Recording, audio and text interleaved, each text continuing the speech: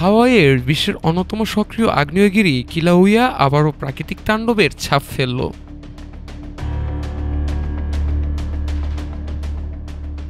হালেমা ওমাউ সেন্টারের ভিতর থেকে একাধিক ভেন্ট থেকে লাভার ফোয়ারা আকাশের উঁচুতে ছুটে উঠল। কয়েক মিনিটেই আকাশে শত শত মিটার উঁচু অগ্নিস্তম্ভ তৈরি হলো।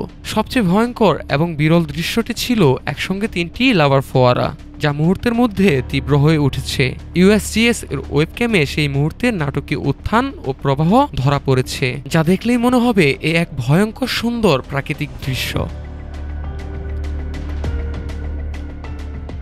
বিজ্ঞানীরা এই ঘটনার নাম দিয়েছে এপিসোড 38, যা স্থানীয় সময় সকাল 8:45-এ শুরু হয়। কর্তৃপক্ষ এখনও সার্বক্ষণিক নজরে রাখছে, কারণ কিলাউয়ার অনিয়মিত অগ্নুৎপাত থামার কোনো লক্ষণই দেখা যাচ্ছে না। হাওয়াইয়ের এই মুহূর্ত, অগ্নুৎপাতের উত্তাপ, আকাশছোঁয়া লাভার ফোয়ারা এবং প্রাকৃতিক ভয়ঙ্কর তাণ্ডব সব মিলিয়ে যেন এক প্রাকৃতিক এবং শ্বাসরুদ্ধকর নাটক। এ এক ভয়ঙ্কর প্রাকৃতিক সুন্দর। News desk, Dhaka today.